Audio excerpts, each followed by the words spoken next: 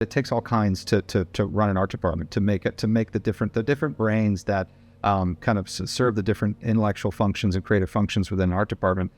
Same becomes true of a whole movie production. The way that different people make different contributions to solving a problem, and being able to solicit their help, and creating kind of like safe spaces in which for people can like throw ideas out there that are maybe weird or dumb or whatever it is, but without fear of retribution. I mean, I think that's where these kind of safe, very effective, let's say collaboration spaces are I think the best tool and the best space in which tough problems can get solved. Kaidro presents Creators Prism, a podcast about creativity, storytelling, technology, and how creative minds tackle challenges.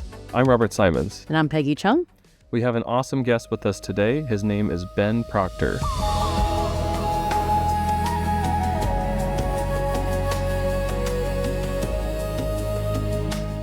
Hi guys, great to be here. I am currently the one of the two production designers for the Avatar sequels and Avatar franchise. And by Avatar, I mean not the Airbender one, but the other one, the Blue People one, James Cameron's Avatar. And so what that means is that Dylan and I are co-designing kind of everything to do with future films. We co-designed Avatars 2 and 3, in other words, The Way of Water and Fire and Ash. And with any luck, we're going to be doing a couple more of them at least.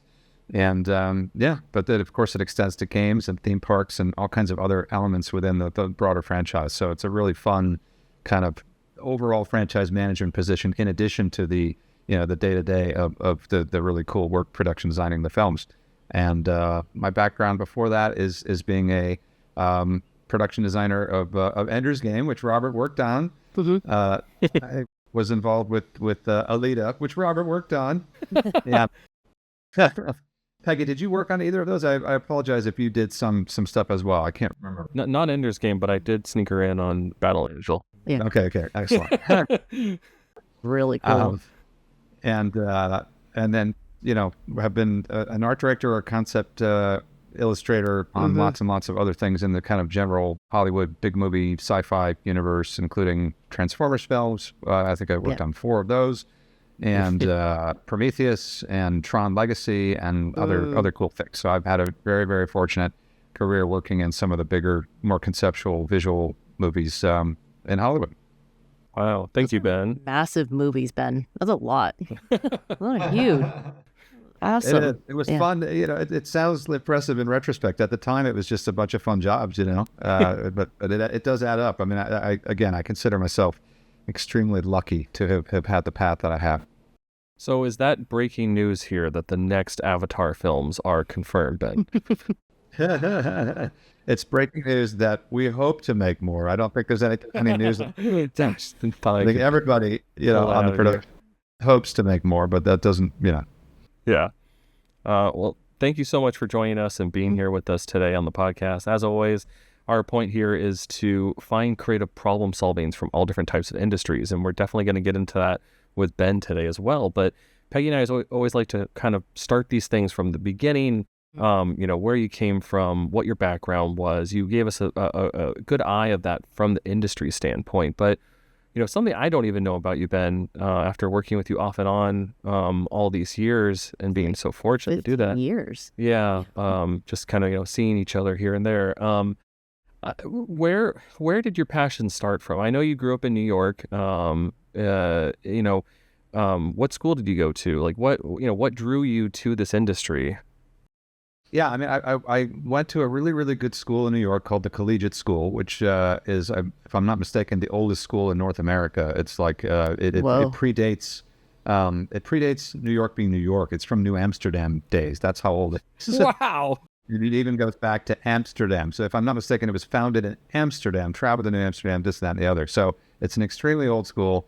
And at the time was I'm such a digressor. I'm not going to go into that. All right. Anyway. No worries. A great overall thing. There was nothing particular about it that was art oriented. It was just a really great overall. It's hard to describe a grade school and middle school and a high school as a liberal arts program, but effectively, it was a great broad reaching general liberal arts program. I did have great art teachers there and I was able to experiment a bit there.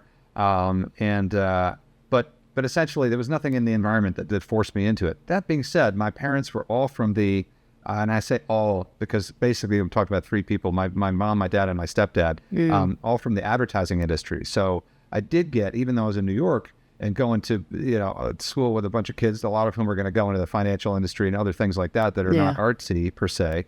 But I got to witness the creative process in my parents' lives, right? The copy process, the conceptualization of advertising, the, flying out to LA to go to do cool shoots. I got to meet Michael Jackson when I was 12, which sounds weird. But, because he was doing the Pepsi commercials in which he famously had his hair burned, and so I was there the day before that happened. I met him on the back lot of Universal shooting the cool outdoor dance number it had, which was a different one. That's crazy. So basically, I learned what it was like to meet art director, someone with the title art director, right? I saw people sketching with markers on boards. I got to go to, recording studios, and I saw the behind the scenes of that stuff. So the idea that you could make a living in doing something creative, at least I was very fortunate to be exposed to that early, right? I didn't have the uphill battle that a lot of creative people have with their families, that want them to, whatever, take over the family business, become a doctor, you name it. Yeah. It's more sensible roles.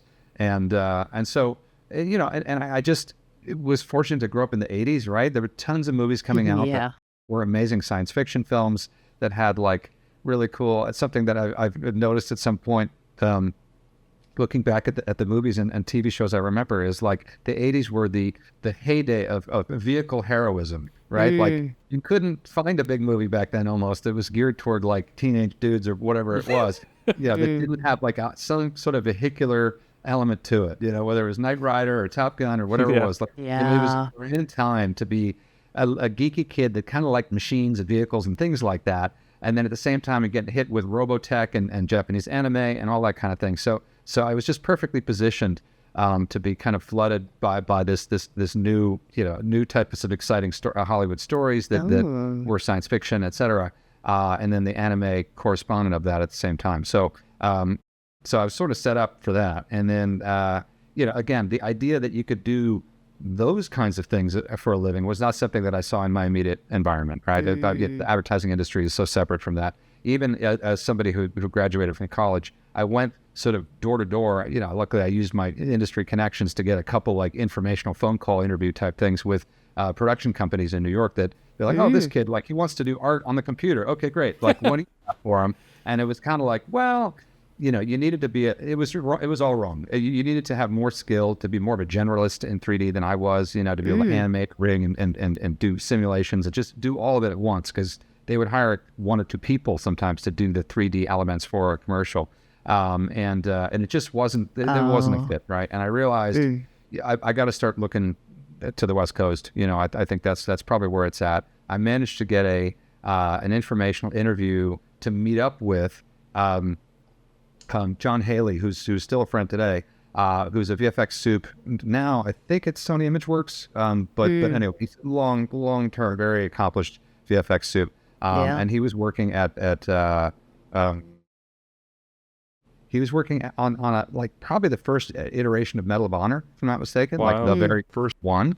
And so I got to meet him at a game studio, and he was working on like cinematic elements of it. And I got to see like basically concept artists in the wild, right? I got to see like people sitting at desks with comms and monitors and whatever, like doing the kind of art that I only thought existed on the internet. I just was so blown away. What year is this? I didn't want to know too. I didn't want to interrupt you, but like, how old were you at this time? I guess this is 98, 99 kind of time. Okay. Something like that. Oh yeah, and you were already dabbling in 3D and early Photoshop and everything. My first job in New York was it did involve 3D and design. I was a junior art director on a tiny game that never got released, unfortunately. But it was a cool game. It was based on the 7 Wonders of the Ancient World, and so it involved visual research to kind of figure out what they really looked like, and then kind of moving into how you'd art direct those things to become game levels, and integrate puzzles into them, and it was just really cool. I mean, just by saying that, that game should exist. Like you could do that. Yeah, exactly.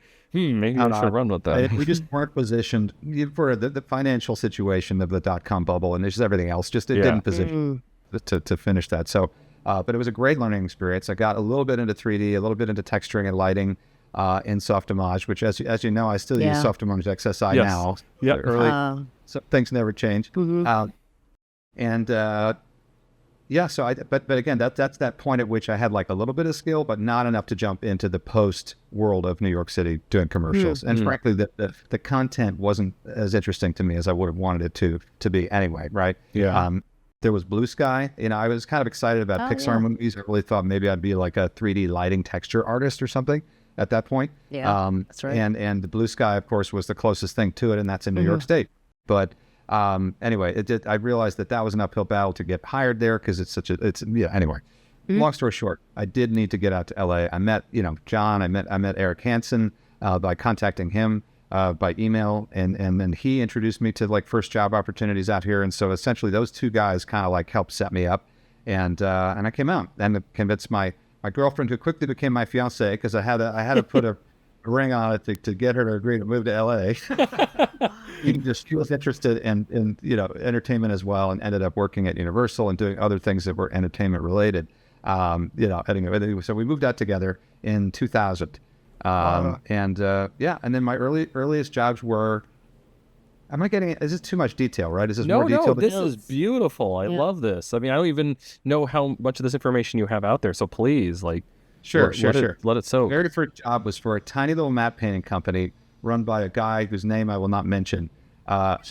He's still in the industry, who, again, gave me a great opportunity to do a bunch of digital matte painting work when I was barely qualified to do it, right? So I'll give him credit there. But man, he drove us into the ground, and I ended up getting in a car accident because I was getting no sleep. And it's like a total disaster. Was this like early 2000s at this point, or still late 90s? This is still like 2000, the year 2000. Wow.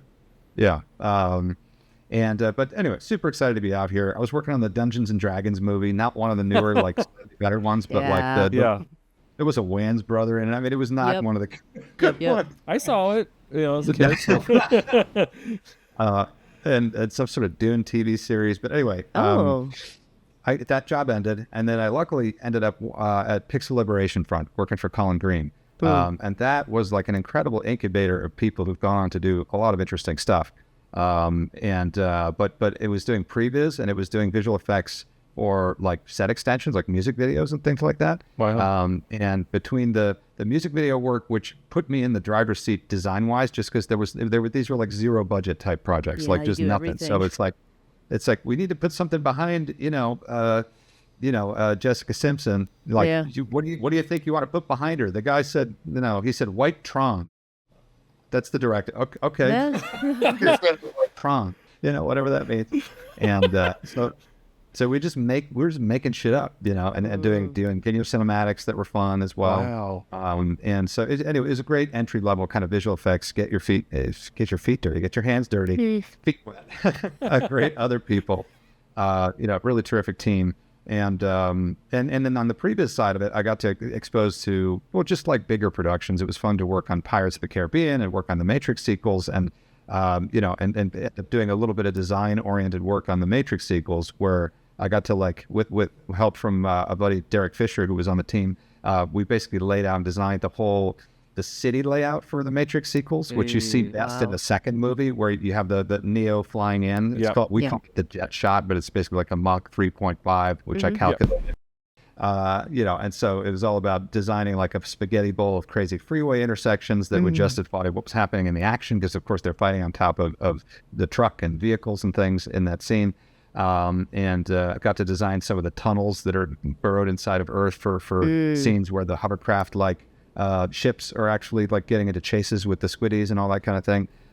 So again, like design adjacent stuff. It was cool. And also learning about kind of how movies are made, right? So you're doing previs. Part of what you're doing is obviously you're thinking about shots. You're thinking about how they're going to edit together. You're thinking about storyboarding. The camera. It takes, exactly. But also the technical realities of really getting the shots, and how big is the camera, and what are you going to oversling it or undersling it from a techno crane, and where's the base of the techno crane with the dolly grips pushing it? Where does that go? Well, it has to physically fit somewhere with respect to the set. And so those kinds of, it was a good introduction, kind of like the spatial gymnastics of kind of like set design and movie making in that right? Is that the same thing you were doing too on Pirates? Because I didn't know you were on Pirates in the past as well. Pirates was a little more, we were working directly for Gore, and we were a little bit more doing kind of like, I guess you'd say animated 3D storyboards. There wasn't much technical planning involved in that.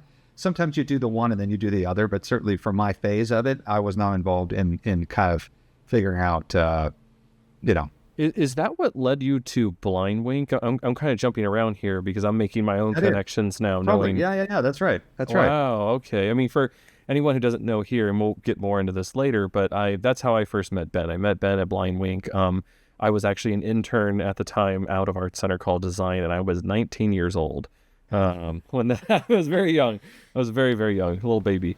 And I was obviously terrified of everyone because, I was running into heroes and things like that while I was there, but I was also hugely inspired. And Ben, I hadn't had a chance to meet you yet, but by the time I had left, I think that's when you came on for some game project that was there at Blind Wink. And the link here is Gore's company. And it was Gore's company. So, yeah, you had worked with Gore on Pirates. Yeah, the director of the Pirates, the early Pirates movies, had his own production company called Blind Wink that also had a games division. So, we were both working on that on the Universal lot, which is that was a fun job, by the way. I mean, like doing a foray to kind of a high concept, interestingly art directable game. It was cool. I mean, I don't know if any of that work is out there, but I loved what you had done on that. It's on my early Instagram, which I guess means at the bottom of the scroll. Oh, there we go. I'll scroll to that. Got a whole bunch of it down there. Because I'm genuinely proud of it. I mean, I really think it's like this one little job where I sat almost alone and hung around with John Park at lunch or whatever, but worked with Gore on it. And I feel like on a pure design level, it's like, I don't know if it's appropriate to say it's some of the best work I've ever done, but I'm very proud of it. So I loved it. I mean, it's just like basic primary shapes, and I'll try to put some of it on screen here for people to see too, but it was just like, what was it again? It was like good versus evil between spheres and squares. Is that what it was? And cubes, right. And I just remember like the cube would blast apart, right? It had like little parts and things that would come out of it, but it was just gorgeous primary forms and shapes that you were creating with light lines and all sorts of beautiful things at that time. So yeah, that work was stellar and awesome that I got to see too from it. I don't want to throw it off too much, so something happened with Microsoft or something. I'm not sure what happened. Oh, I Maybe see. Fell out of favor at just the wrong time, or I'm not sure why. It was very much supposed to be a Kinect-based game. Yes. Yeah, that's what I remember, because that was a big thing at the time, too, with Xbox. So before we get caught to that time period, so you were doing a lot of previs on films. And when did you make that jump from like previs and learning how, like from a creative problem solving side of things, how film worked and everything to the actual concept department? So the jump that I made there, and another inspiration, by the way, another like key inspirational moment was seeing the concept designers on the Matrix sequels in action, because we actually were working at ESC. That work was so beautiful. Yeah, George Hull, unbelievable. In Venice, so we were working in like the actual kind of nerve center of all things Matrix, which before the sequels came out, and there was only the first Matrix, which is one of the best movies ever made. It was just like, it was hallowed ground. It was amazing to be working there. The sequels are good, but they're not as good as the first one. Yeah. So getting to meet Simon Merton and George Hall and other folks there who are legends, right? And to see them doing their thing, it was so great. So I basically just swore like that would be among my last jobs at PLF. Like I'm like, I got to make this job. And then around that time, I hope there's no ethical issues here. It's so many years under the rug at this point, but Ron Frankel was one of the supervisors at PLF. He went on to form his own company around that time called Proof Incorporated, and they're still around doing great stuff. They did a bunch of interesting tech biz, speaking of problem solving, a bunch of really cool tech biz stuff for us on the I almost said the Matrix sequels, on the Avatar sequels. And he got a job doing previs on something called The Terminal, which was a Steven Spielberg movie. The previs for that film is insane. I've seen a lot of stuff for it, like for something that seems so, I guess commonplace, but I know. Well, a big part of the concern, of course, was you're trying to represent this like enormous space, right? With and of course they built an enormous set, which is incredible. We could do a whole discussion about that. But figuring out what the sight lines would be, and I think helping that to drive how much set you would build and all those kinds of things was really important, right? Just to keep the construction constrained a little bit. But basically, I got hired on more or less as a 3D concept designer, but I was working through proof, so it was a little bit of a, sneaking in the side door, as one sometimes has to do, in this business. But basically, once I did that for, I think, 30 days or whatever, I was able to then leverage that into being an illustrator on the project. So, I got the experience that I wouldn't have literally been able to otherwise. It wasn't one of those 22 things that always characterizes, kind of how business. So it was great. Yeah. And I was doing 3D stuff. I was not a confident, of course I sketched as a kid and I've done some personal artwork that was kind of like in the era of like when you do a pencil drawing and then color it in Photoshop, like that kind of stuff, Yeah. I still like that shit. It's just, it's not it's not the industry norm now. But I, at that point I was more just like doing 3D designs and rendering. Right. And so I hadn't yet become confident as a 2D illustrator. But I then, I parlayed that pretty quickly into, Transformers 1 was pretty quick after that. And I was jumping right into doing 2D illustration in Photoshop at that point. So I learned a lot in that short period of time. That's a big leap. Well, I remember seeing your work on Transformers, I think right when I was going into college. And I don't think I knew your name right away. I just saw the work itself. And instantly I was like, oh God, I got to start learning 3D because this stuff is so intense that I'm seeing that's coming out from this person. And then, eventually I ran into you at Blind Wink and I correlated the two. But just then it really kind of kicked the gears on inside of me that I realized I'm like, okay, I really have to start doing a lot more because the industry was changing a lot too at that time. Like everything was becoming more engineered from a concept standpoint than just pure speculation of what you were doing. Yep. I mean, the digital tools basically blur a lot of boundaries between different roles, right? Yeah. And so, and the more hats you can wear, the more utility you provide for your own process and for the department in general or for the entire process. The ability, even if you're, kind of like what I was saying with learning some previs, it's sort of like just it equips your mind with a bunch of problem solving perspectives and kind of lenses to put on your work. And I would say the ability to go back and forth between 3D and 2D, I think does the same thing, right? Yeah. It's like exercising two muscles that actually can work really well together because you're not just trying to like make a picture. You're interfacing directly with the problem of, okay, but the movie is going to be shot on a set, which is a bunch of 3D objects put in front of a piece of glass, and so you kind of take into account that reality and whatnot right away. Wow. I still think there's a place for everybody. I mean, that's part of what I enjoy about art departments is the kind of different temperaments and personalities that are involved, and I always try to say, because, I guess I'm known I don't know, maybe best as a concept artist. But there are so many, like, obviously, you said, oh, you're intimidated looking at my work or whatever. Well, I'm intimidated looking at everybody's work now. I mean, there's so many great people, Yes. but even at the time, meeting my heroes like Ryan Church, James Klein, who are doing like just stunning work, and the other guys that I mentioned already, and many more. There's a way to sort of like get fixated on like these people that make these beautiful images are kind of like the rock stars or the Top Guns of the industry, and everybody else is just kind of like doing their thing, or and you think. Could I be one of those people? And it's very hard to be one of those people, right? It's very hard to get to that level.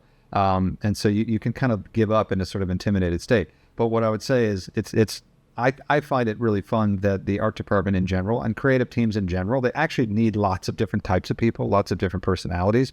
And I think everybody makes an equal contribution to what ends up on screen. You can make the prettiest painting in the world, but if the 2 or to 4 people in the pipeline beyond your picture aren't just as good as you and bring as much creatively to the table as you do, guess what? It won't look like your picture and it won't look good. Yeah, it's real. One or the other, it'll look kind of like your picture, but the goofy version, and so just, everybody plays a key role in that chain of kind of creative intent flowing all the way through. And it's not just about physical fabrication, it's about visual effects, right?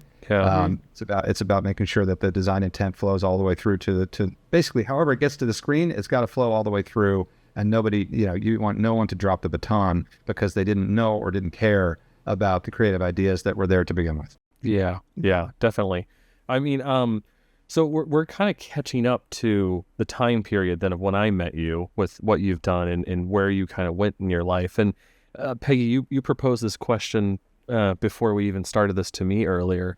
And it's something I'm generally curious about too, is did you always want to be a leader in things that you wanted to do? Like what led you down this route of, you jumped so many different scenarios over the years, from being previs to concept, to art director, to eventually production designer, and now production designer of an entire franchise from multiple different angles, from games to movies to books and things like that, I'm sure. So was there a point where that clicked for you, or was it more of a natural sort of evolution that it was just the next step in things that you were doing?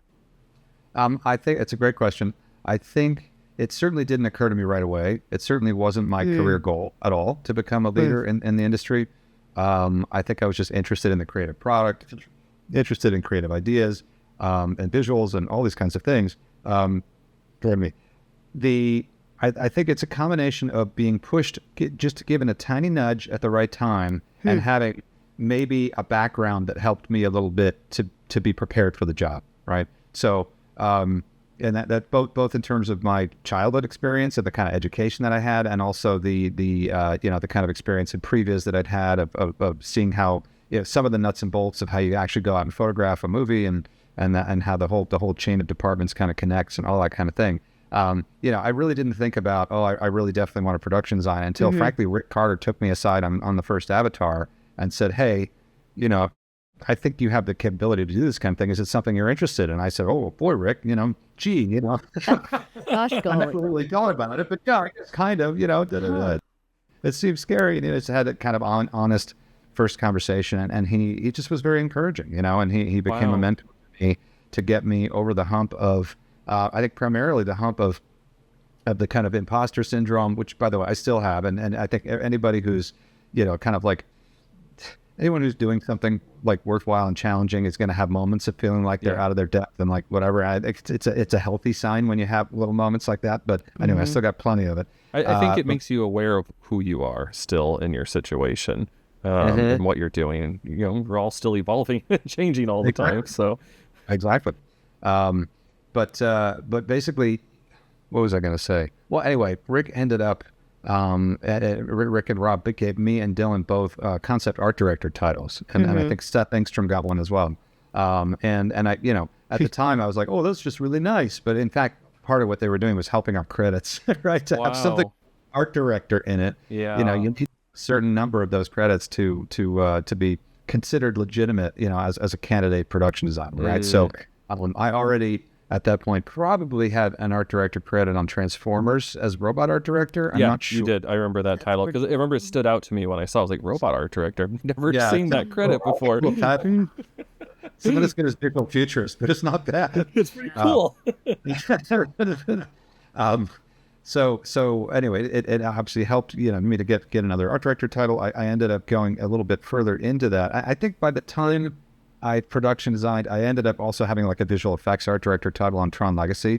So I had enough to be considered legitimate, and so building the confidence, realizing that the kind of people, and again, this is going back to how Rick was mentoring me, the kind of rooms you're going to be in, the kind of pitch meetings you're going to be in, the kind of people you're dealing with. And I don't say that like pejoratively. It's more just like, artists are really mild and kind people, and then there's like the business of Hollywood, right? And so just getting used to, kind of the playing a bit of a positioning game, a perception game, whatever it is with yourself in a situation, knowing how to handle yourself. And I still don't know that I'm good at this, but it's definitely, it's a skill, and it is a little bit, you need to learn how to kind of handle yourself in different situations that might be unpredictable with lots of people staring at you. And, there's a kind of social element to it that there are some mild-mannered illustrators that would like to be left in a corner alone all day, right? And It is not that. There's a social dimension to it. And again, going back to my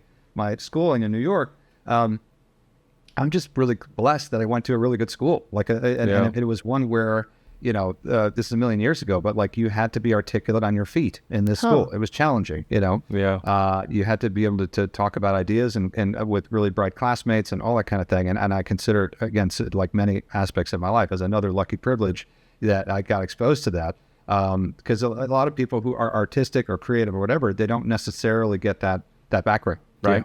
And so anyway, I was lucky to have that ingredient in my experience kind of waiting in the wings, right? Because at a certain point in the becoming a leader and a department head and dealing with the production at large and all that, so much of what you're doing is about communication. It's about being able to articulate ideas, explain things to people in a way that it'll register with them, give feedback to people in a way that's diplomatic and yet effective. I mean, you guys know about this. You guys are leaders and, of your company, all kinds of great teams and stuff. Anyway, so I credit my background, a little bit with giving me some skills there. Well, I'm going to make you go pink a little bit, but I feel like I did learn that skill a little bit from you too, especially when we're on Ender's Game. Because I always noticed, and it explains a lot now, be able to hear your background, kind of where you came from. Because you always had a way of making people laugh in stressful situations. That's good. And I mean, these are very intense conversations people are having. Budget gets slashed in half. Now we have to make a cool looking text space out of a bunch of printed pipes, things like that I had to do at like 12 a.m. On the set, and it was very effective. But it was you had a way of bringing it to us and talking about these things and kind of laughing it off, and it taught me a lot on how to kind of bring that to pitch meetings and when I'm talking to investors and things like that. So thank you for that over the years. But creative problem solving. Yeah, exactly. Budget constraints. Oof. Yeah. Yeah, and I likewise learned that, watching Rick and how he handled things on Avatar and every other production designer I've worked for.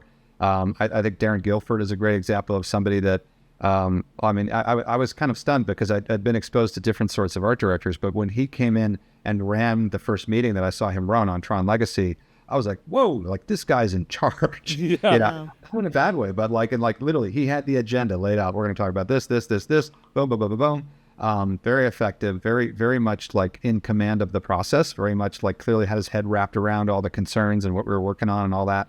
So, it's sort of like every designer and every leader has a different style, and so many different ones can be valid, right? It's not like you're trying to imitate one thing. You got to find your own way of doing it. But I thought I took something from him, in terms of just preparation, just like know your shit, like have everything like mapped out in your mind, because movies are complex, and you nobody else should be in charge of like the big lists of things to remember, to worry about or to do. Like you kind of need to do that yourself, I don't think I ever got to talk to you about Rick, but I just realized that I worked with Rick only once when I did the first Jurassic World, like the relaunch of sort of the franchise. And I don't know if his title was necessarily PD at that time. I think he was a god at that point. So he's done so much. He was more like consulting and stuff like that. But he would come into the studio still, and I would think then, I was like, man, this guy is like so familiar to me. I was like, oh, it's like Ben. I remember that. And it would like come into my head as I'm talking. I was like, oh, very similar in terms of how he carries things. So that makes sense. Like that's how, cool. That's and that was after Ender's Game, working with you. Rick has a sort of, Rick has a sort of Sly Fox element of how he thinks behind the scenes that I will never match. Like Rick is like I don't want to say drunken master, but like completely underestimatable person, because he's so kind and so sort of like laid back in his persona, but like there's fangs, like like intellectual fangs waiting there to get shit done as well. So it's like this incredible balance that he strikes, and what I always really respected about him was he was always looking for like a deeper level to things. Like I'm very much sometimes a more surface-oriented person. I'm very into like the nitty-gritty of visual design. Like I want shit really cool, and I care about little tiny decisions about part lines and you know what I'm like. Yeah, no, I do. and And I do think that those things serve the visual quality of the film. But what Rick and frankly what Jim Cameron, I think have helped lead me to understand is that yes, those things are important, but sort of having broader metaphors for like what the design means in the film. What is it you're trying to convey emotionally? But trying to find like almost like an emotional and a conceptual structure for all of your work that relates back to the film and the story, right? Like what is the framework? You want to build like almost like a thinking framework for how you see what the problem is, and it be beyond like, oh, we have X number of sets to design. That's the problem. Well, okay, yeah, but the real problem is, how do we convey this story and all the emotional content in it and all the resonances it could have by evoking whatever with other parts of human life or other parts of history or whatever it is. How do you give it a soul? I guess is the simplest way to put it. How do you find the soul of the film? Because that's your real guidance for all those small decisions, right? That should be your guiding principle. And Jim always says like, "What's the metaphor?" Like he's really drilled that into us really early on in the sequels, because there needs to be something recognizable to the human mind that just sort of pops into position quickly on first glance at something, whether it's an environment or it's a vehicle or it's a creature or whatever it is. So it's familiar to us to some degree, right? Like it's exactly. something we can connect with. Exactly. I think there's a lot of designs that in theory we could go out and do of like crazy aliens that might really exist in the universe. And I'm still waiting for somebody to do that movie, right? Yeah. With like almost unfathomable shit. Like what? Really don't know what I'm looking at. Because that's kind of what we're really going to run into out there in the universe if we ever our FTLs travel figured out.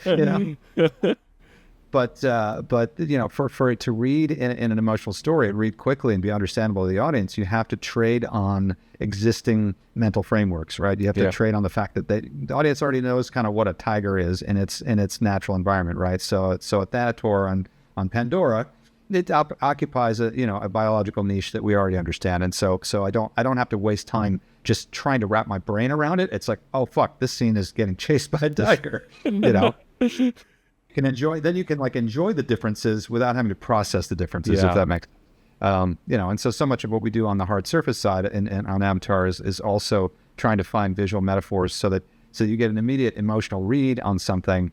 Like just that the vehicles have an intimidating look, which often leans in, ironically, or maybe it makes perfect sense, leans into biological design references, right? So the Kestrel helicopter, I wanted to look really mean, so I gave it like bug eyes, basically. It kind of looks like a hornet face. And Haisu Wang, who did the final model on that, he said, in your original sketch, it had even more of a hornet look than in your model. Was it, can I bump those canopies out more? And I said, yeah, go for it. Sure. That's awesome. Good point. And the sea dragon kind of looks like a manta ray mixed with a whale shark or something like that. Yeah. So evokes as an ocean creature. It has a mouth on it that evokes kind of predation, and it's coming to eat me. And like you're kind of like trying to simultaneously make something that a 5-year-old would understand, right? Yes. It plays to basic like evolutionary biology, neurology that's in our deep brains. It plays to that in such as almost stupidly simple way, while simultaneously wearing the garb of something much more sophisticated. So you don't see how simple it is. I agree 100%. I'm starting to see that with my son now too. Well, he's getting close to turning 4, and he just sees something, he knows it's bad or it's good just by shape language. He doesn't know what shape language is yet, but it's primal. It's back there in his mind. But before we go too far down the Avatar hole, that deep Avatar hole, I'd like to roll things back to Ender's Game, because that was the first time you became production designer, and you shared that with Sean as well. At that time period. I don't even know how that came about though for you, because you picked me up, just this little baby boy at 22 years old or something like that, and started doing concept designs and things like that for you guys on Ender's Game. But where did it start with you, with Gavin, and and how to go? Yeah. So I'd had the experience, which I sort of touched on before a little bit, of on Tron Legacy. I was the visual effects art director, along with Sean, by the way. He was the other visual effects art director. Oh, I didn't know that. both co-located with Digital Domain within their facility for the run of like a certain chunk of time after the main art department had moved to Vancouver to build the sets. I'd gotten familiar with Digital Domain and some of the people that worked there and become kind of a known entity, working on visual effects related design stuff for Tron Legacy. And then therefore I got tapped when DD decided to try to produce its own film, right? So Ender's Game was originally, it ended up having more studios come on, but the original kind of financial backing for it was a sort of self-production by Digital Domain and maybe some other entities as well. So they knew me and they brought me in to do concept development on a teaser that they were going to put together. So trying to follow essentially a similar kind of formula that had worked for Tron in that Joe Kosinski worked with DD to make that really amazing teaser, right? Beautiful. Which of course helped him get greenlit and establish so much of the look of it, like so brilliantly. The idea was here, let's do that for Ender's Game to try to like find more financial backing and get this thing going. And so I worked doing kind of like a really preliminary version of Battle School, the actual battle room at the Battle School, like the glass sphere thing, which was with Gavin Hood, the director, had already been attached, and Gavin's awesome. He was great to work with. Yeah. He already had like some strong visual ideas for that. He needed to see outer space. He didn't want it to be contained as it is in the book. And so I worked with a small team there. I think James Klein did a little bit of stuff. Phil Saunders did a little bit of stuff. And there must have been somebody else. I think Ryan Meinerding did design, right? Yeah. It was great to be able to like bring some of these other amazing folks in to be involved in that. And so we did this little teaser, which is still out. You could find it online. And it kind of looks like the movie, it's a reasonable approximation. Yeah, it's missing like a level of detail, but the forms, the shapes, everything's there from what we did in the final film. Exactly. It didn't have your paint overs of the cool access corridor to help all the details. Thanks, Ben. So that's how I got involved in that, and so I got to know Gavin. I suppose I became like kind of a trusted design partner in some way to him at that point. At this point, Sean Howarth was not in the picture. He wasn't involved in that teaser thing. But then at some point, like we got the money, it worked, right? Now we got to hire up a whole production. So of course they started looking for a production designer, and I immediately came to mind for Gavin. But at the same time, I'm like this, from on a production level, wet behind the ears, unqualified, inexperienced person, right? So it's very hard for people already taking a risk on a self-produced, essentially like indie AAA wannabe movie. There were always other complicating factors there to where like we're really going to hire, this young guy that has not done this before. But in the course of interviewing other potential people, they interviewed Sean, and Sean, of course, is amazing. And Sean, like our let's just say our backgrounds and our strengths and weaknesses are almost perfectly complementary, and that he doesn't come as much from a concept design background, but he has an incredible getting shit done art direction background, right? Yes. And so I don't think he designed the thing at that point. I'm trying to think. He either had one movie under his belt or 0 movies under his belt. I can't remember, but essentially at some point they realized, gosh, if we could only just like combine these two guys, it'd be perfect. They're like, wait, you know one another? I'm like, yeah. Small world. would you work together in co-productions? I was like, of course, that'd be fun. Yeah. So that's how it happened. Wow. We had getting hired together. They're like, so the salary of a production designer, we're gonna cut it down the middle and each even cheaper, guys. I do remember you guys talking about that. Wait. Did Sean did the PD work for the thing, right? The prequel. Yeah. Okay, so that was where I had met him. I think he had suggested me for that. Game? Yeah, and that was right before, like literally 6 months, I think, before Ender's Game got picked up. So, wow, that's cool from my perspective to see how those two worlds met then for you guys and came together. That's neat. Well, and I'm trying to remember, you were on my radar because of Blind Wake, right? But it might have been your thing work in addition, which probably was. It was A and B. So I think you and I met because of Blind Wake, and I was already back in school at that time. Okay. Was it the work was pasted on the wall? The work was all over the wall, and I did a ton of suit designs for it. And then I think you had saw my suit designs, and I remember getting a call from you. shaking. Oh my God, I'm getting a call from Ben Procter. And then that escalated to I think you suggesting me for the thing because Sean needed some work But done there's the nucleus. at that time. Right. I had to get to that story. I don't remember when that fit into all this. I know you talked to Ben, and I always see information about like nucleus shows, right? And you were gonna. I was like, hey Robert, I was like Ben, because it's basically down the street from our house. I was like, Really? Ben? Yeah, it was. Be there. I was like, you should go meet him.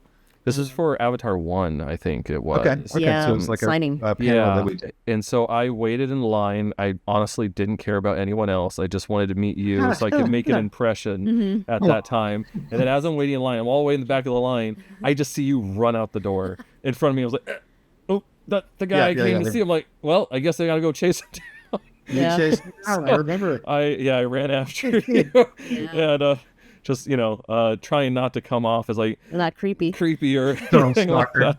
And I think you had to run Very because sweet. your son needed you that night, and he was just a baby, I He think, was- like was he 2 or 3? something. Yeah, it was pretty soon because Yeah, Yeah. exactly. I Around met then. him on Ender's Game.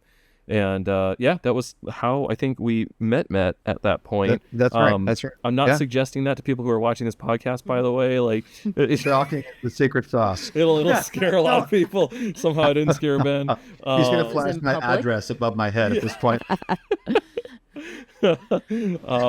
And then the connection got made. I don't remember at what point that was. I just know the blind wink thing happened, and then I wound up on the thing helping Sean out. And I think those two things kind of came together because Sean and you on Ender's Game kind of brought me in at that point together, which that was still one of my best jobs ever worked on. Just fun experience with everyone, both the partying in Louisiana and getting to see the NASA facility and them building the Orion capsule some 13, 14 years ago now. At this point, they're getting ready to launch on the 6th. Was that a work hard, play hard? Yeah.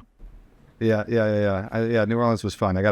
We can't say that too loud because if my wife ever sees this, she was at home with the baby. Oh no, Ben was not partying. He Not at was all. working No. the entire time. And the rest of us were slacking because we were working. We were out partying so much. He was just having fun. It was research. Right? Yeah. Yeah, exactly. Wow. Good time. Okay. So that was how you guys wound up with Ender's Game, and then after Ender's Game, just because I want to bring some humanness to this, you didn't jump onto another PD gig right away, right? Like it took a bit for things to kind of circulate. Yeah. I think I ended up on Transformers 4 in between, if I'm not mistaken, for a while. And so I was back into my robot art director role. That was the first time that Michael Bay looked at something I did and said, "What, did you forget how to draw a Transformer?" Oh. You know how human memory works. It's like we only remember like the worst things that ever happened, So that's Yeah. in my head. And interestingly, that was part of me not seeing the kind of obvious evolution of Transformer facial designs that was happening kind of under my nose. And I should have been very much more aware of it, I suppose. Well, anyway, I have my reasons to be painting the thing I did that I got criticized for, the way that I did, because I thought it was one of the comedy bots that was supposed to look goofy, but Michael had moved beyond that. But yeah, I was on that for a while and got to meet, I had already met Fausto, personally, but it was great to work with him and to get to hire Vitali onto that. And that was cool, getting him to do some Transformers work. It was fun. And then I think Sean and I almost production designed a TV show that sort of dissolved in some way, and it just wasn't going to work out. I'm sure that the producer of that TV show, if they ever watch this, which they won't, it'd be like, "It didn't dissolve. You fucking walked out. You son of a."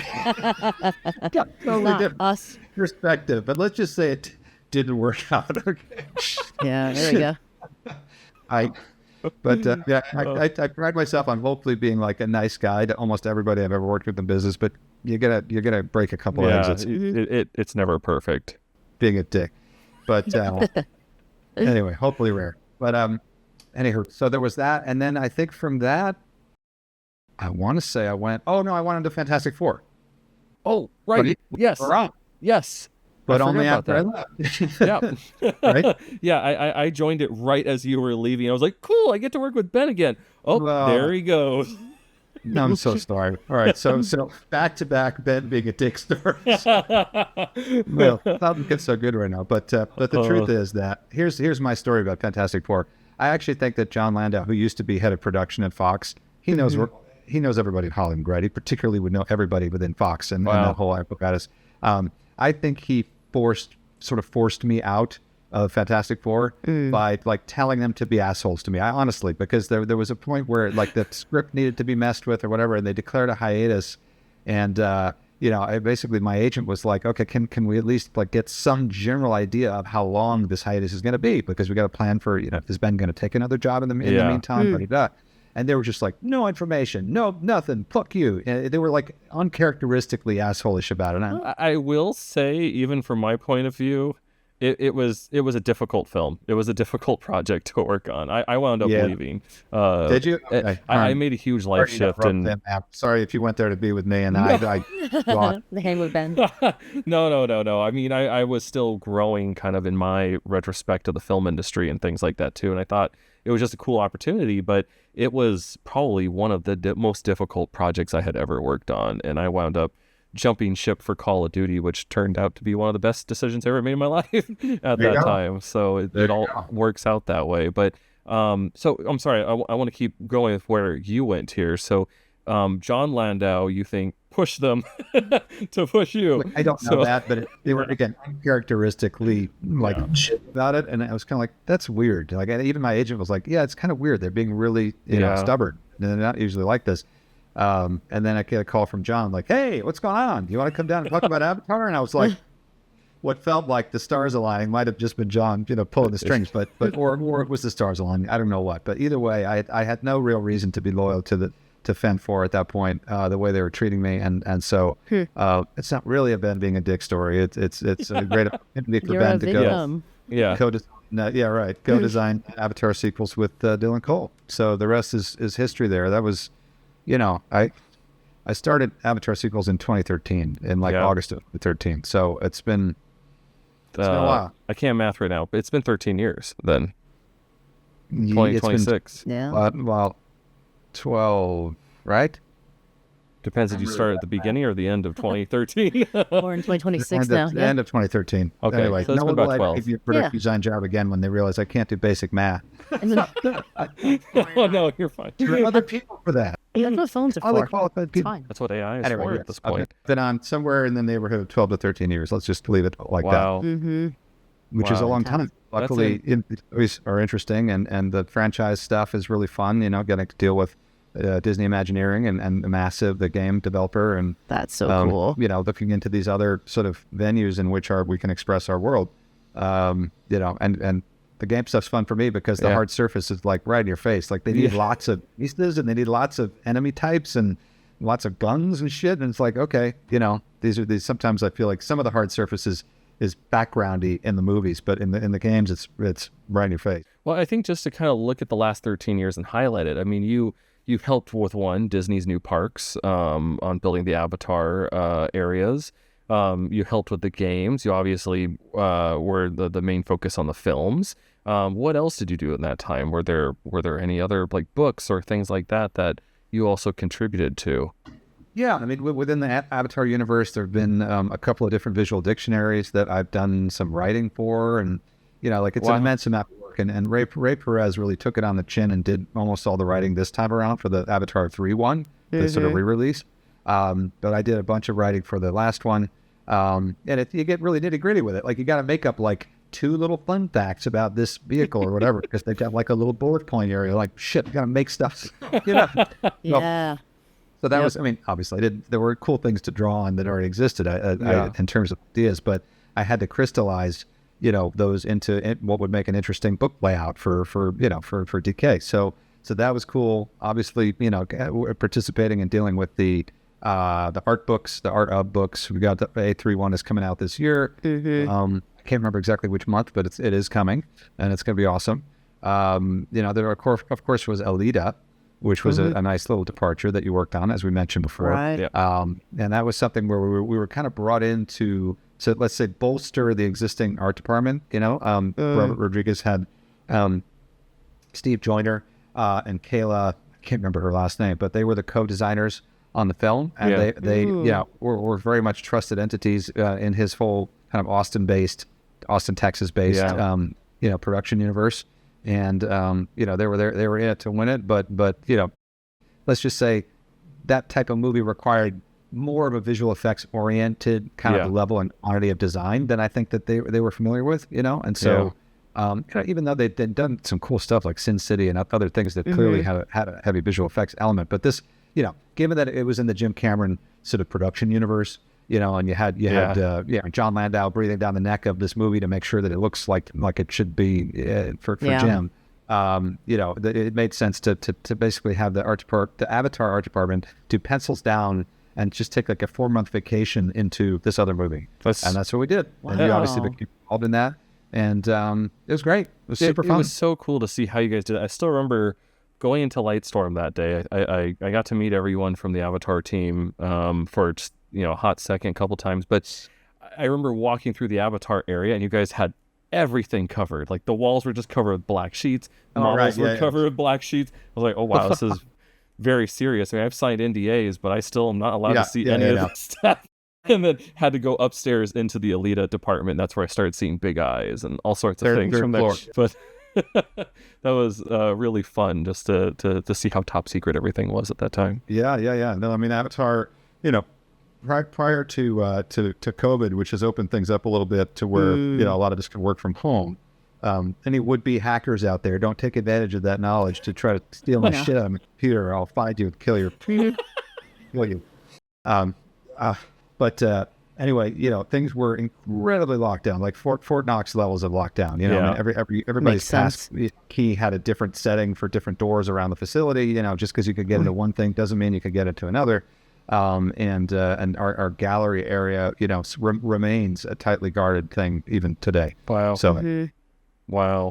Only our kids, Dylan's son Adrian and my son Griffin are, I think, the only outside humans at all that have been allowed up there on a consistent basis. Wow. Yeah. Man, what a way to grow up. And the up. son had to sign we made him an NDA that because he was literally 3 or 4 or something like that at the time. Probably started. No. He was. I mean, if you're talking about 2013, he would have been 4 or 5 because on Ender's Game he was 3. I remember having to babysit him on set that one time. That is always a funny thing for me. Is every time I see Griffin, I was like, wow, I saw you as a baby. That was wild. I know. See him now, man. He's just driving everywhere now. He's like an adult. Anyway, so to ingrain it into young Griffin, that he couldn't spill any of these details that he'd be seeing, we made him an NDA that was a Terminator skull and crossbones. So it had metal bones and a Terminator skull, and it said if I divulge anything I've learned in this department or whatever, Jim Cameron will personally terminate me. Fine line, and we made him sign it, basically in crayon. So somewhere, I've probably lost it at this point, is this priceless artifact of kitty kid handwriting of Griffin. Oh my God! I would love to see this. That's funny. But he was good. I mean, honestly, like a lot of kids I wouldn't trust with secrets, but he established himself early on as a great secret keeper. Not once was he tempted to tell his friends about that stuff. So more power to him. Incredible. I mean, I guess, we're approaching the end here, and, we went through a long lineage of everything you've seen throughout your life, especially in this career too. Is there anything, there has to be, at least with Avatar, that was the most challenging that you've ever come up across, that required you to suck on all knowledge that you have to bring to this creative problem? Yeah. That's a great question. I mean, I would say Avatar in general, because our production process and our virtual production process is so complex and unusual that the whole thing is kind of a mind-breaking operation. I mean, it really is. On a daily basis, you might be having a conversation about, what scale you're going to build some set piece in terms of proxy sets to deal with a specific actor or a specific set of actors And the scale is like, normally it's hard enough to mentally compute between human scale and Navi scale, because of course we have to build things that are smaller, to represent how they fit relative to actors who are portraying these blue folks. Particularly when we have something, let's say like the Sea Dragon deck, where you're going to have humans running around on it, and you're going to have blue people run around on it, and you've got to like make sure it's one world, and the blue people are appropriately tall in that world. But there's other stuff, like there's like, Sigourney's like a little too tall for the 1.5, whatever percentage usual multiplier that we use for scale. And so is a little different, whatever. So we're going to cheat this one like a little different for those performers, because we only need them to do some specific thing. So like, it's just like, oh my God, and then knowing how those different scaled realities, some of which are just decimal differences from one another, get put back together into one coherent scene. God. People, Richie Bainham, our Animation Soup second unit director, visual effects supervisor, he's got a bunch of titles, but he's literally, thank God, he's both artistic and really good at math. Like, he knows all that shit backwards and forwards, and I just get confused. So just the daily reality of Avatar, of like, how much are we building for this part of the world? We're building these little, postage stamp sets. What moments, what beats are we building them for? Figuring that out, figuring out how like that all these different components add up to the bigger world that you see in the film. And conceptualizing the big world that will work to serve all those story points, but then the production of how you're going to get it done in such a highly technical process. That's kind of like a mind F, like, all the time. But in terms of like a specific design element, I would say the Sea Dragon, for sure. Just the fact that it's a vehicle. It's got certain like very specific kind of performance and functional dynamics of how it works as a vehicle that had to be made and designed in such a way that it satisfied Jim's frustrated engineer geek brain, that it could be work. It had to look detailed enough to represent its scale, and again, it had like an animal-like shape, but you got to then put that much more effort into the beautiful like aircraft breakups and the materiality of it and all those things to sell it as like, no, it's not just a cool evocative shape. It's a thing. This is a real thing out there in the world that's 400 feet long and does all these different functions. Well, it's supposed to be 3D printed in the films too, right? Like the whole vehicle is. So you're thinking about materials that don't exist at that scale in today's world as well. True. That is true. Yeah. I mean, leaning enough into real ship fabrication, and then enough into the kind of sci-fi conceit of the fact that they have these mega scale 3D print gantries, and then trying to find ways to express that in the surface patterning and all kinds of stuff. I could go down a geek hole just about that. Definitely. Metal finish on the outside of it. But much more importantly, the thing is also, it contains a whole bunch of different sets, right? It's a storytelling machine in a fairly detailed way, right? We have scenes that are more about humans and scenes that are more about blue people, but they occur sometimes at the same time, all over the damn ship, right? And so we're building a giant well-deck set to represent, some of the moon pool and the whole boat loading area, because we're going to use that for a variety of different scenes, including ones that have Quaritch, including ones that have Wainfleet, pursuing the kids and ultimately shooting the Tam in the moon pool. Just that alone is like one really, it's a lot of acreage to design to the level that you have to for making it a physical set, right? It's like a very large, expensive set. There's the engineering involved in like making the damn thing stand up, because it had a whole mezzanine level that had to be cantilevered, and we didn't want to put big support cables in the stage. And so the first thing that Neil thought of to do was to build these basically just like concrete footings that would just sit on the stage floor. It's basically like the paperweights of God. So imagine that like you have a steel element of the column that's going to support the set that sticks out, and you just pile fucking enormous concrete blocks like Legos on top of that, like a whole bunch of paperweights. Oh my God. Just the engineering of like how can you fit that into the stage with the cantilever structures, still have room for the action, right? And okay, what is the action? Well, we have a scout capture of where we think the character is going to walk for certain scenes, and so you're playing that back in 3D, and this is where Proof, the company I was talking about before, did amazing tech viz work for us, among other things, like taking sets and figuring out what the action blocking would be within them, and then figuring out like literally where are the human footsteps going to be, and then in consultation, it's like in-depth meetings with visual effects, we'd be like, okay, we think the coverage is going to be kind of like this. Jim did these like temp shots. If that's true, then how much are we building here? Like, you want that handrail, or who's doing that handrail? Is it me or you? That thing, it becomes this bargaining to figure out what you're building. And so to go through that process for every single set in this ship.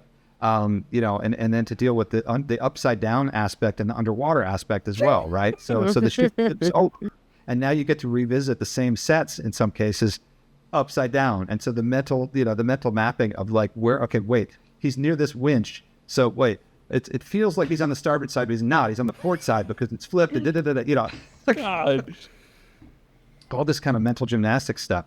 But anyway, so figuring out, what the character sight lines needed to be, what the physical builds needed to be, and ultimately I think for visual effects, it was a big challenge as well to know how much of the physical photography they were going to use for a given setup, given that you have, both RDA troopers running around, but you also have Blue, Jake, and Neytiri kicking ass on that foredeck of the ship, and you've got guys in skells running around, right? And so what are different photographic and CG elements there? How much of the physical deck can they keep? And it's just a roto fest. I'm not saying I was involved in those post facto discussions, but it shows you how complicated the whole process is. It just keeps getting handed off from like one phase to the next, passing these complexities and decisions along.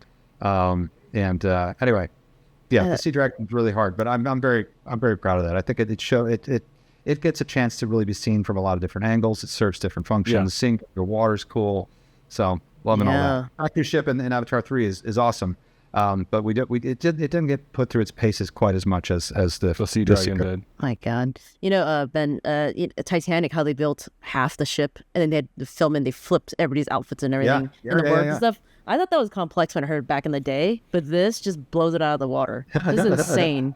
This is like, how do you decompress?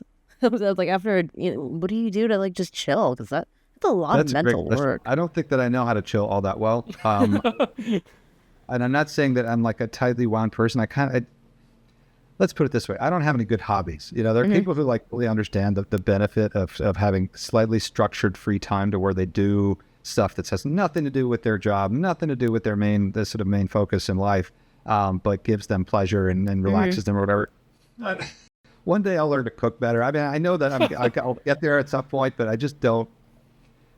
So I work on personal side projects on the side, and I try to zone out in front of the TV a little bit to catch up with what's going on in the industry. Although not as much as you'd think. There's so many movies and TV shows that I just don't get a chance to see. It's so hard to keep track of everything now. It really is. Well, I guess that incredible to hear just about your journey, what it's led you to, and how that's all culminated to what you're doing on Avatar today. Is there any sort of last thing you'd like to leave the audience with, either what you're making yourself or what comes next from here for yourself? Yeah. I do have some personal things I'm working on that are cool, and I'm hoping that will see the light of day in the next year or two. And so there's more in my creative universe than Avatar, and it's been really gratifying to kind of dip into a different look, a different world.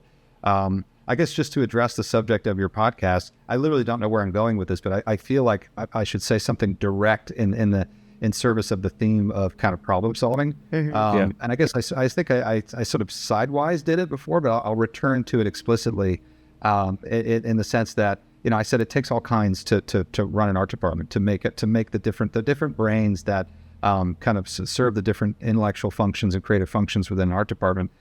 Same becomes true of a whole movie production.